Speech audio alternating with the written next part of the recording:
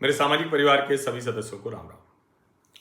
एक बात मैं थोड़ा स्पष्टता से कह दूं कि अगर भारत में किसी को भी भ्रम है कि ईरान की जो ये वाली सत्ता है, जो खामेनेई वाली सत्ता है, अब ठीक है अयातुल्लाह अली खामेनेई वो नहीं रह गए, अब उनके बेटे मुज्तबा खामेनेई वो अयातुल्लाह हो रहे हैं। तो अगर किसी को ये भ्रम है कि इस वाली सत्ता के साथ भारत के बड़े अच्छे संबंध हो सकते हैं तो भैया भूल जाइए। ईरान को तेल बेचना है, ईरान का संकट है, ईरान घिरा हुआ है, ईरान के साथ उसके अपने मुस्लिम देश नहीं खड़े हैं। खाड़ी के जितने मुस्लिम देश हैं वो उसको कहते हैं कि इट स्टिंक्स, बदबू करता है। और जाहिर है कि जब उसको किसी का भी समर्थन नहीं है तो भारत जैसे बड़े देश का समर्थन मिल जाए तो बड़ा अच्छा है। चीन और रूस का समर्थन मिलता है उसको, तो इसलिए ये मत सोचिए। और तो और पाकिस्तान से भी उसका झगड़ा ही होता रहता है, वही वाला जो सऊदी, यूएई, बहरीन, कुवैत वो वाला है, कतर वो वाला मसला है। अब सवाल यहां ये है कि क्या सचमुच भारत और ईरान के अच्छे रिश्ते हैं? नहीं भाई, भारत और ईरान के अच्छे रिश्ते ना कभी हैं ना हो सकते हैं। किससे हो सकते हैं? अगर ये सत्ता चली जाए तो हो सकते हैं। जो पर्शियन सिविलाइजेशन है, जो पारसी समाज है, उससे हमारे रिश्ते बड़े शानदार हो सकते हैं। ईरान में अगर ये जो अत्याचार हो रहे हैं, जो लड़कियों को बुर्के से बांध कर रखा गया है, उससे बाहर निकलने पर मार दिया जाता है, महसा अमीनी से लेकर मेलिका अजीजी तक, तो जो है हो सकती है। अभी एक ताजा उदाहरण देखिए, लोग कह रहे थे अरे खामेनेई की हत्या पर क्यों नहीं कंडेम किया, और फिर बाद में कॉन्डोलेंस दिया भी। तो जब यहाँ कॉन्डोलेंस बुक रखी गई वहाँ ईरानी एम्बेसी में, तो भाई जाहिर है तब एक जो विदेश नीति का तकाजा है उसके तहत जाके हमारे विदेश सचिव करके आए, शोक जता कर आए, इसमें कोई दिक्कत नहीं। लेकिन हम राष्ट्राध्यक्ष नहीं मान सकते हैं किसी भी ऐसे रिलीजियस लीडर को, किसी कीमत पर नहीं मान सकते हैं। और अभी एक ताजा उदाहरण बन गया।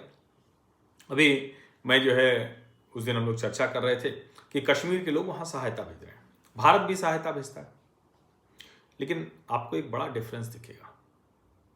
कश्मीर के लोगों ने सहायता भेजी और पाकिस्तान के दबाव में ईरान एम्बेसी ने वो ट्वीट, वो पोस्ट डिलीट कर दी। बाद में फिर उनके यहां से जो थैंक यू नोट आया है, वो थैंक यू नोट भारत को नहीं है, कश्मीर के लोगों को है। अब जरा इसको आप अच्छे से समझ लीजिए। मुझे इसमें कोई दिक्कत नहीं लगती है कि कश्मीर के लोग कहें कि भाई ठीक है वहां मुसलमान इस हालात में है, इतनी तबाही हुई है, सब कुछ करना है, पूर्ण विनाश की ओर बढ़ रहा है ईरान, तो उनको मदद करनी चाहिए। दुरुस्त बात है, इसमें कोई कह ही नहीं सकता कि इसमें गड़बड़ है। और हम तो वैसे भी जिस तरह की सोच रखते हैं, भारत जिस तरह से देखता है, उसमें तो कोई समस्या नहीं।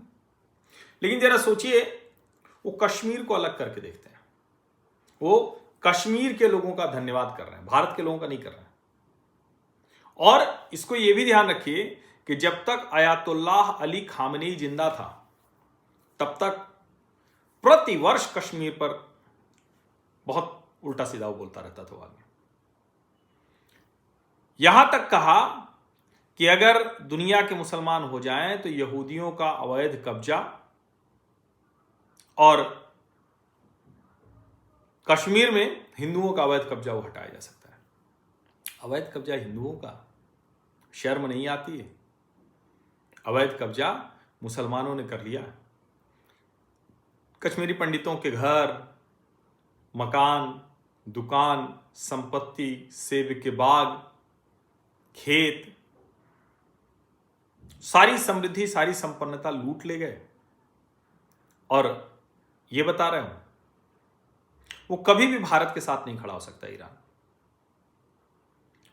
ये जो इस्लाम वाला ईरान है नहीं खड़ा हो सकता है।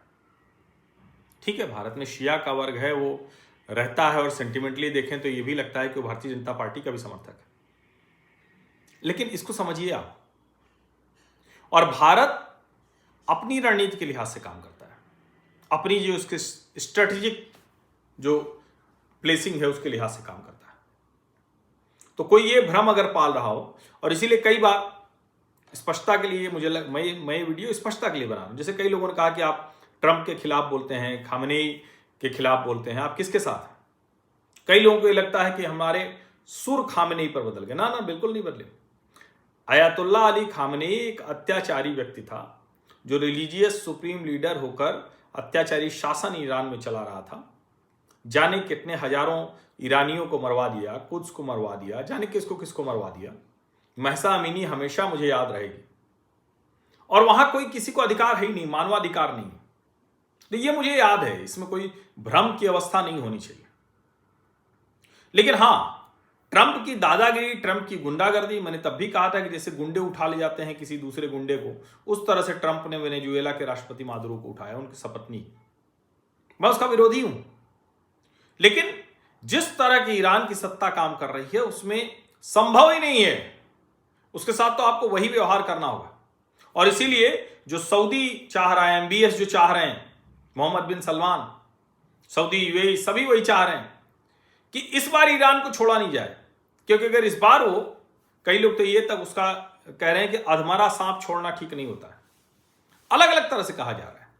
और इसमें जरूरी यह है कि सत्ता परिवर्तन हो जाए और फिर से ईरान अपने मूल स्वरूप में आए, उस जो पर्शियन सिविलाइजेशन है, नॉट इस्लामिक, पर्शियन सिविलाइजेशन चल भी रहा है दुनिया भर में। जो वहां के लोग हैं वो कह रहे हैं कि आई एम पर्शियन नॉट मुस्लिम। तो ये आ रहा है और इसीलिए भारत को, भारतीयों को बहुत अच्छे से समझना पड़ेगा। आज उनकी एम्बेसी है, आज वही सत्ता में है, तो आप उनसे बात करते हो, उनसे रह सकते हैं। जो विदेश मंत्रालय कवर करने वाले पत्रकार हैं, तथाकथित बुद्धिजीवी हैं, वो तेहरान की यात्रा कर चुके हैं, वो वहां जा चुके हैं, वो मुस्लिम देशों में घूमते रहते हैं, उनका अपना, वो उस नैरेटिव में फंस सकते हैं। लेकिन देश के तौर पर हमारा ईरान के लोगों से रिश्ता इस सत्ता के जरिए नहीं हो सकता है। और ईरान बड़ा जरूरी है हमारे लिए, हर तरह से जरूरी है, सिर्फ तेल भर नहीं, सारी चीजों के लिए जरूरी है। और अगर अच्छे से हो जाए तो बाकायदा हम लोग, जो पाइपलाइन है उसका भी मसला है। लेकिन ये समझना पड़ेगा कि वो ईरान ये वाली सत्ता के साथ नहीं हो सकता। अभी कश्मीर के मसले पर उसने अपना रंग फिर से दिखा ही दिया है। और फिर से मैं दोहरा दूं कि जिन लोगों को लगता है पाकिस्तान वो मध्यस्थता कर रहा, मध्यस्थता हो ही नहीं सकती भैया। पाकिस्तान एक दलाल मुल्क है, कोई मध्यस्थता जैसी चीज नहीं हो सकती। और हम तो ईरान को ये अवसर थोड़ी नहीं दे सकते हैं कल को कहे कि अच्छा भारत और पाकिस्तान के बीच हम भी मध्यस्थता करा देंगे। समझिए इसको, ईरान इस सत्ता के साथ भारत का अच्छा दोस्त कभी नहीं हो सकता, इसको ध्यान रखिए। बहुत बहुत धन्यवाद। सब्सक्राइब अवश्य कर लीजिए, नोटिफिकेशन वाली घंटी दबा दीजिए, लाइक का बटन दबा दीजिए, अधिक से अधिक लोगों तक इस वीडियो को पहुंचा लीजिए। धन्यवाद।